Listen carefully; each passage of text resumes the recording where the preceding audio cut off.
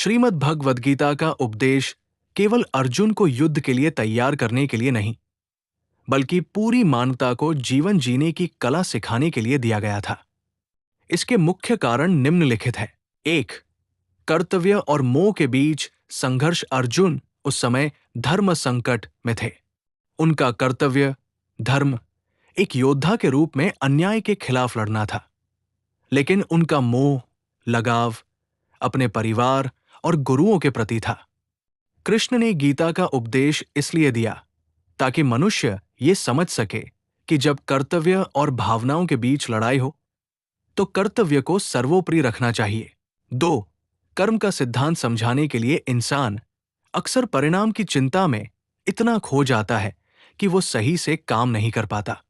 भगवान ने कर्मण्येवाधिकारस्ते मा फलेषु कदाचन के माध्यम से ये सिखाया कि हमारा अधिकार केवल कर्म करने पर है, उसके फल पर नहीं।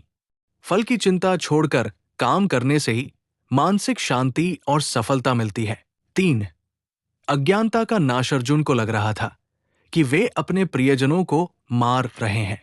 कृष्ण ने उन्हें आत्मा की अमरता का ज्ञान दिया। जैसे मनुष्य पुराने वस्त्र त्याग कर नए वस्त्र धारण करता है, वैसे ही आत्मा पुराना शरीर छोड़कर नया शरीर धारण करती है। ये उपदेश मृत्यु के भय को मिटाने और सत्य को समझने के लिए दिया गया। 4. धर्म की स्थापना। जब समाज में अन्याय और अधर्म बढ़ जाता है, तब लोगों को सही रास्ता दिखाने के लिए ईश्वरीय ज्ञान की आवश्यकता होती है। गीता का उपदेश अर्जुन के माध्यम से दुनिया को ये बताने के लिए था कि धर्म की रक्षा करना ही मनुष्य का असली उद्देश्य है। 5. मानसिक शांति और योग विषाद और भ्रम की स्थिति में इंसान कैसे स्थिर रहे, इसके लिए कृष्ण ने स्थित प्रज्ञ, स्थिर बुद्धि वाला व्यक्ति बनने का मार्ग दिखाया। उन्होंने भक्ति, ज्ञान और कर्म के विभिन्न योग बताए जो हर युग के इंसान के लिए प्रासंगिक है। संक्षेप में, गीता का उपदेश इसलिए दिया गया ताकि इंसान भ्रम के अंधेरे से निकलकर ज्ञान के प्रकाश में अपना सही रास्ता चुन सके। 6. युद्ध के मैदान में संगीत।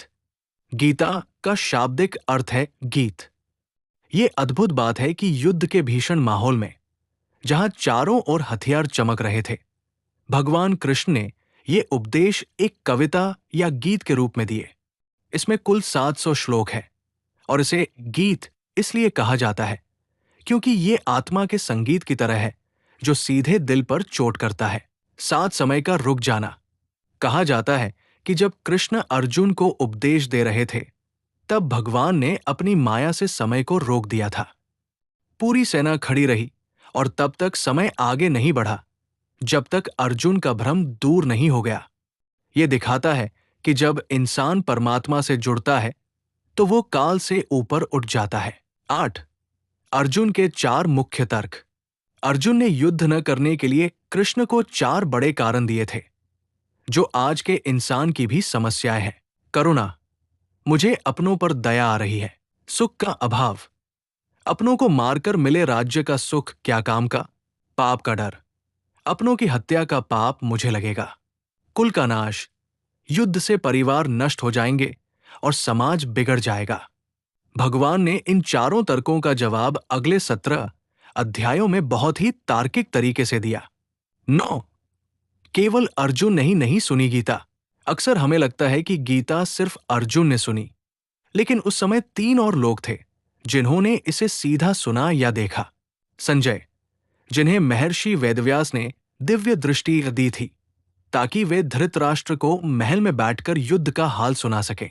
हनुमान जी, जो अर्जुन के रथ के ध्वज, झंडे पर विराजमान थे। बर्बरीक, घटोत्कच के पुत्र, जो एक पहाड़ी से पूरा युद्ध देख रहे थे। 10.